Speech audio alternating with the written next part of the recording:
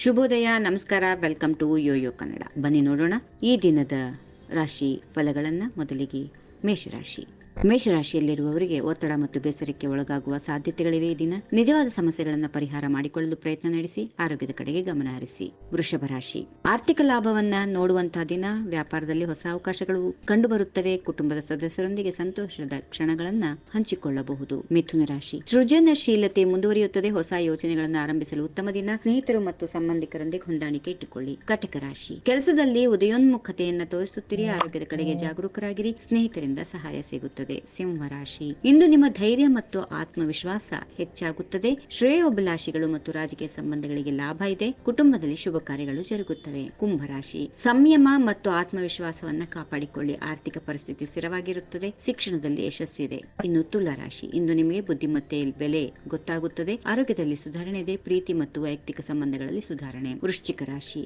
ನಿಮಗೆ ಇಂದು ಕೆಲಸದಲ್ಲಿ ಉತ್ತಮ ಫಲಿತಾಂಶಗಳು ಸಿಗುತ್ತವೆ. ಶುಭ ಕಾರ್ಯಗಳಲ್ಲಿ ಭಾಗವಹಿಸುವ ಸಾಧ್ಯತೆ ಇದೆ. ಆರ್ಥಿಕ ಲಾಭವನ್ನ ಪಡೆದುಕೊಳ್ಳಬಹುದು.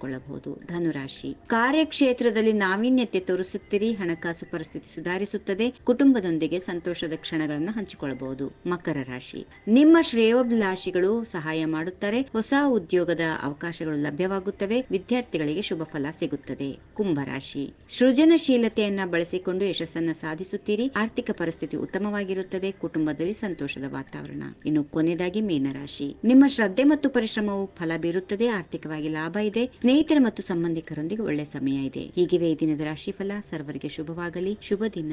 ನಮಸ್ಕಾರ. ಈ ವಿಡಿಯೋ ನಿಮಗೆ ಇಷ್ಟವಾದಲ್ಲಿ ಲೈಕ್ ಮಾಡಿ, ಶೇರ್ ಮಾಡಿ, ಸಬ್ಸ್ಕ್ರೈಬ್ ಮಾಡಿ.